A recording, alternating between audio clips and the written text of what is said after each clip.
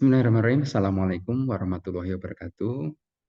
Bapak Ibu sekalian, dalam video kali ini saya akan menyampaikan strategi pembelajaran agenda 3, yaitu manajemen kinerja untuk pelatihan kepemimpinan administrator.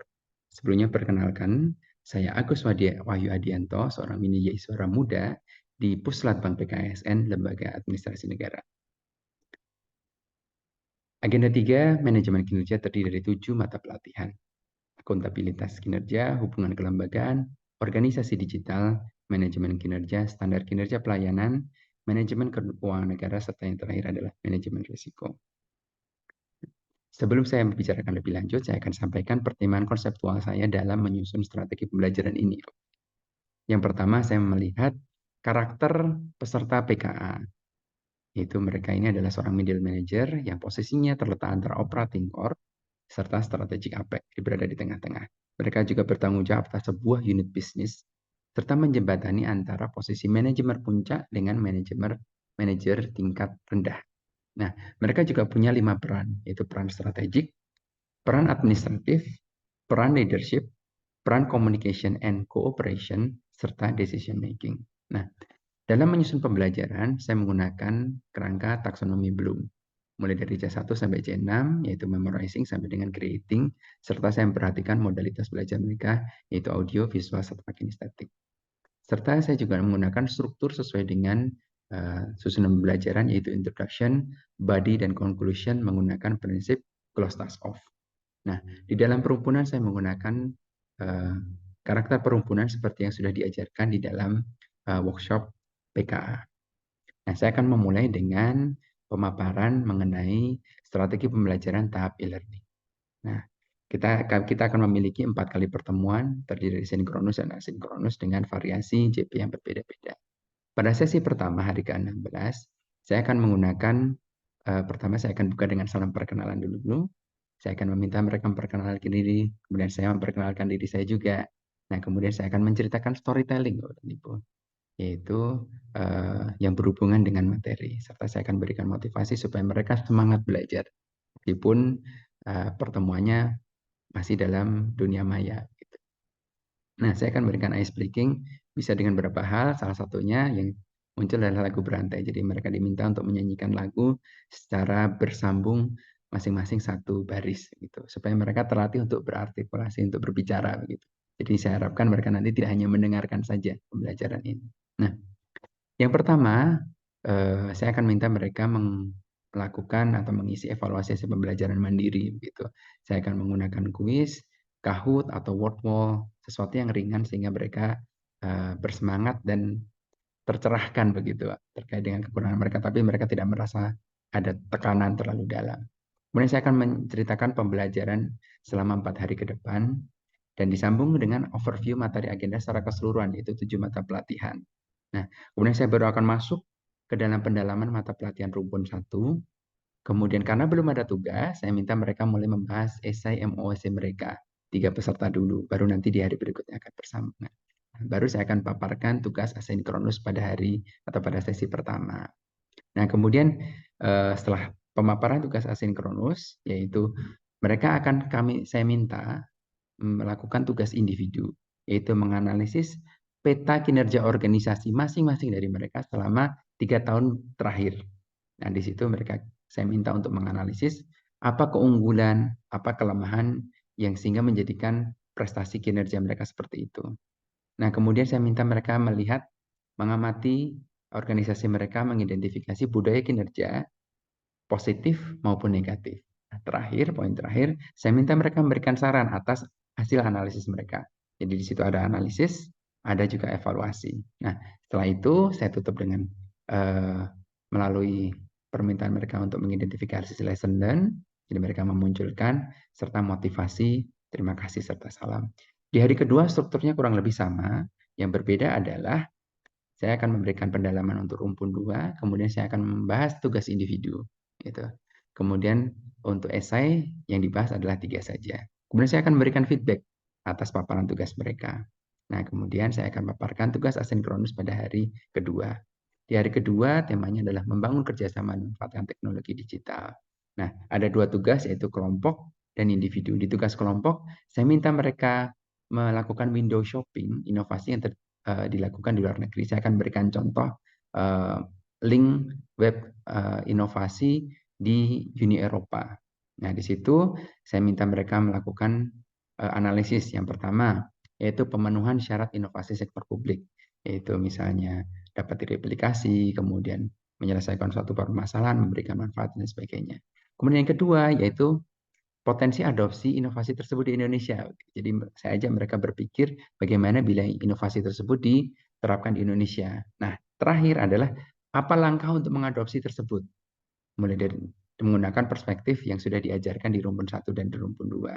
Nah, nomor 2 dan nomor 3 saja berbeda ya. Kalau nomor 2 ini peserta diminta untuk melihat kelemahan dan keunggulan bila ini diterapkan di Indonesia. Nah, kemudian untuk tugas individunya, saya minta mereka untuk melanjutkan analisis yang sudah mereka lakukan di hari pertama. Nah, mereka dari identifikasi kinerja tersebut diminta untuk menyelesaikan sebuah permasalahan yang muncul di dalam kinerjanya.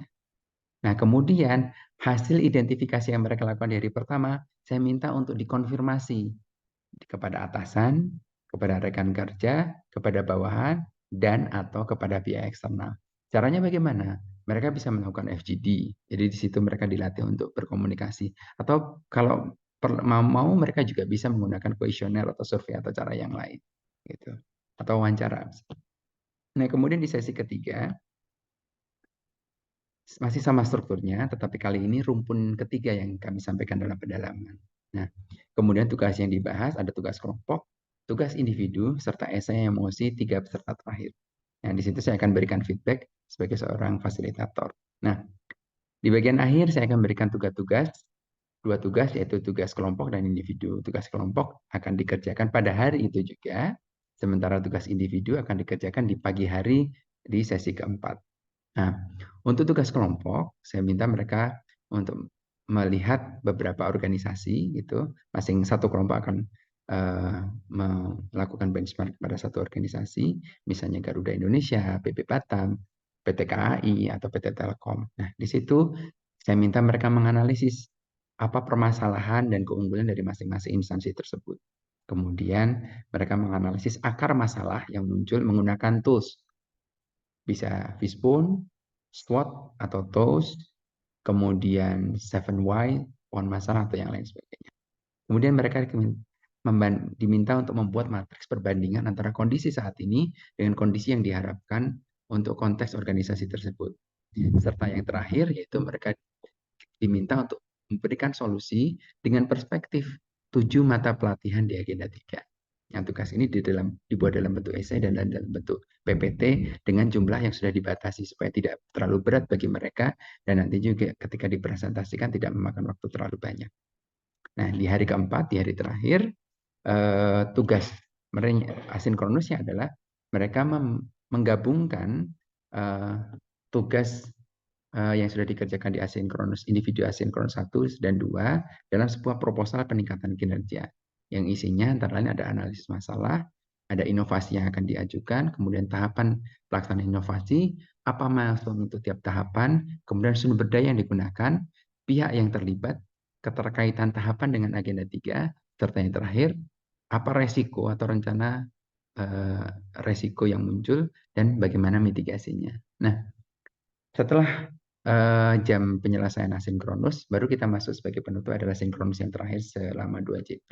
Di situ saya akan bahas tugas kelompok, tugas individu, serta feedback bagi mereka. Nah, kalau saya sipkan juga pembelajaran kegiatan klasikal untuk agenda khusus untuk agenda 3 supaya mereka ada gambaran gitu. Nah, terakhir saya akan berikan mereka evaluasi hasil pembelajaran. Rencana saya akan menggunakan Kahoot atau quizzes supaya substansinya tercakup cukup banyak, akan tetapi tetap fun karena di situ mereka menggunakan piranti yang menarik atau audiovisual yang menarik. Nah, setelah itu saya minta mereka melakukan refleksi apa yang mereka dapatkan dalam pembelajaran selama 4 hari ini. Lesson dan apa yang mereka akan ungkapkan di situ di dalam forum. Kemudian kita membuat kesimpulan bersama sehingga diharapkan kesimpulan tersebut akan terinternalisasi lebih dalam dan diingat menjadi mutiara pembelajaran selama e-learning. Nah, saya tutup dengan motivasi, terima kasih, maaf, serta salam. Nah, demikian itulah kegiatan pembelajaran selama tahapan e-learning. Nah, selanjutnya, Bapak dan Ibu, saya akan menyampaikan strategi pembelajaran untuk tahap klasikal. Nah, tahap klasikal ini juga terdiri dari 4 kali pertemuan juga dengan JP yang berbeda-beda. Diawali dengan ceramah manajemen kinerja, dilanjutkan dengan pertemuan dengan fasilitator. Dan di sesi pertama, hari ke-32, saya akan menggunakan salam dan perkenalan karena saja meskipun saya mengampu satu kelompok, tetapi karena di sini sudah jumlahnya bertambah 40 orang, maka saya memberikan salam perkenalan, storytelling, serta motivasi. Saya menggunakan ice breaking kali ini adalah senam bersama, karena biasanya di situ agak pegel ya, karena habis mendengarkan ceramah gitu. Nah, saya akan sampaikan skenario pembelajaran selama 4 hari. Kemudian saya akan overview materi agenda 3, kemudian pendalaman rumpun 1. Nah, kemudian untuk aktivitasnya, saya akan minta para peserta untuk melakukan diskusi kelompok. Mereka berunding, jadi dalam kelas 40 orang itu saya bagi menjadi 5, jadi masing-masing sekitar 8 orang. Nah, saya minta untuk melakukan kesepakatan kasus organisasi dari salah satu anggota kelompok yang akan diangkat mulai dari hari pertama sampai dengan nanti hari keempat.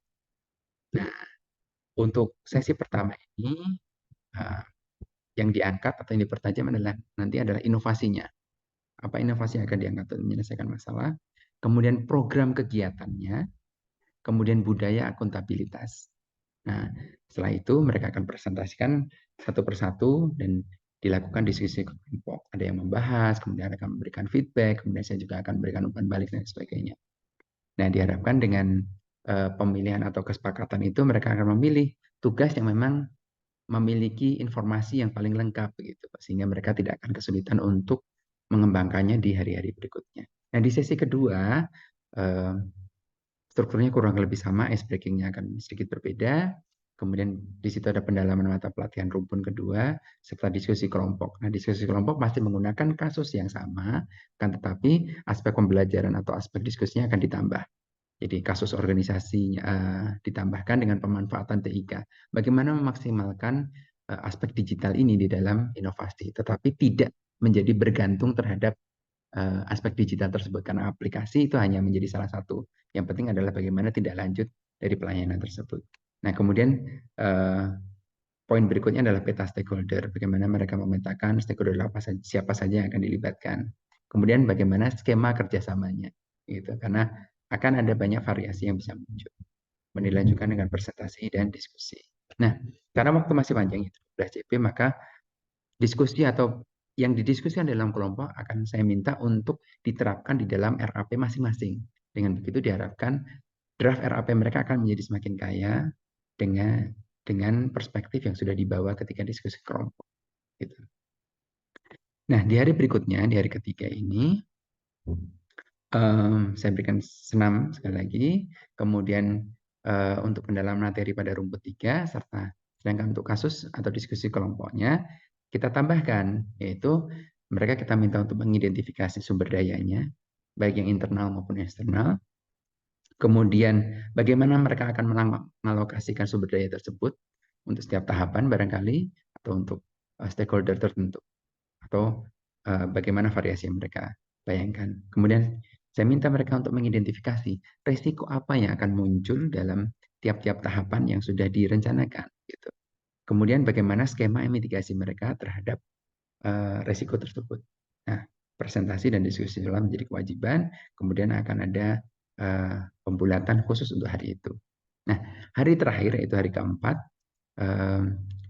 materi tambahannya adalah teknik penyusunan rencana kinerja. Nah, di situ akan berikan video dan contoh terkait penugasan. Nah, video ini memang sejak hari pertama sampai hari terakhir ini memang saya berikan penekanan karena berdasarkan evaluasi kegiatan PKA di tahun kemarin itu memang kebutuhan peserta untuk memunculkan stimulus atau bahan pembelajaran audiovisual itu menjadi penting karena diharapkan. Mungkin karena mereka mayoritas pada angkatan pada saat itu adalah orang-orang audio, orang-orang visual, sehingga mereka membutuhkan stimulus seperti itu. Tapi tentu saja sudah saya siapkan, tetapi penerapannya nanti akan saya lihat karakter kelas tersebut. Gitu. Nah, untuk diskusi kelompok, saya minta mereka mengintegrasikan hasil diskusi yang sudah mereka lakukan. Mereka satukan komponen-komponen yang didiskusikan di hari ke-1, ke-2, dan ke-3, kemudian diintegrasikan, kemudian apabila ada elemen tambahan, silahkan diberikan tambahan. Nah, formatnya adalah mereka menyusun rencana kinerja untuk organisasi yang sudah dijadikan kasus di hari pertama. Nah, di jam berikutnya, saya minta mereka melakukan virtual benchmarking on the spot. Jadi mereka menggunakan fasilitas internet asrama. Di situ saya minta untuk melakukan identifikasi terkait dengan keunggulan dan kelemahan organisasi, kemudian bagaimana komparasi antara rancangan strategi peningkatan kinerja yang mereka bayangkan dengan praktek yang ada di uh, organisasi tersebut gitu. Meskipun organisasinya berbeda, tetapi barangkali mereka bisa mendapatkan lesson learned dari karakter organisasi yang berbeda tersebut. Nah, terakhir saya minta untuk memberikan saran perbaikan.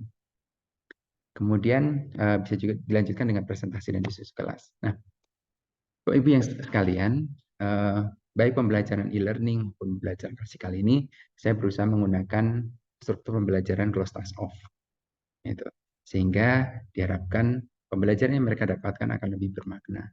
Lebih jauh lagi, tugas-tugas yang diberikan diharapkan akan memang mencakup target kompetensi yang diinginkan, yaitu dari C1, C2, C3, C4, C5, dan insya Allah sampai dengan C6, yaitu mereka meng-create sesuatu yang baru.